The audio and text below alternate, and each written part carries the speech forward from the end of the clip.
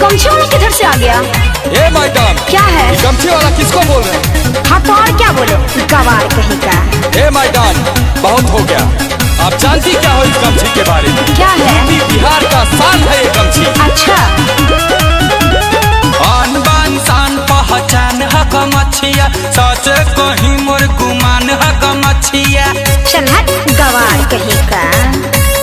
आन बान शान पहचान है गमछिया, सच कहीं मोर गुमान है गमछिया।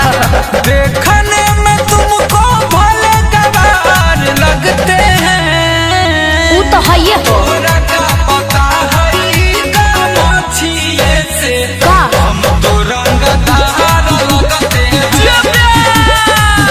तोरा का पता है गमछिए से अच्छा।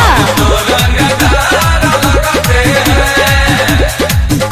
क्या मैडम? क्या है? समझें या और समझाएं? अरे हमको क्या समझाओगे? जरा सोचिए मैडम, अगर यही गमछी वाले बिहार यूपी के लोग अच्छा। आपकी कंपनियों में काम नहीं करते तो आप सबों के कंपनियों में ताला लग जाए।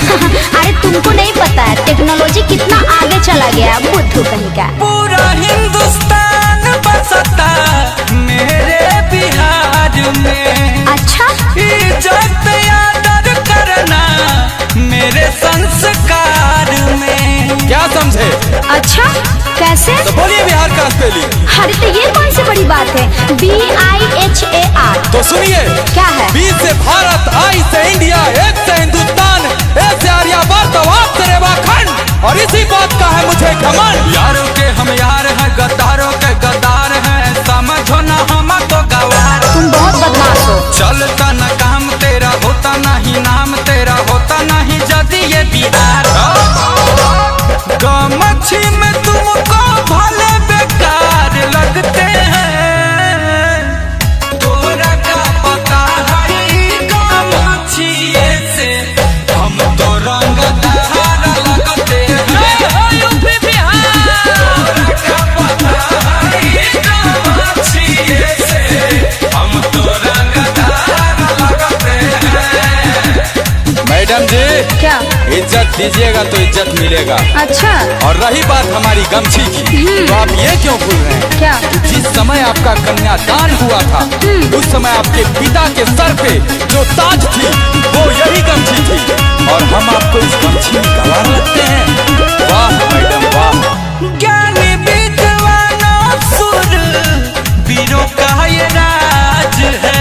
अच्छा। गमछी न समझो इसको, सर की ये ताज है। अरे मैं सब समझती हूँ, मुझे मत समझाओ, समझा? बान के पगड़िया जे चली ले डहरिया त लागेला कि शेर हई हम। हाँ नो।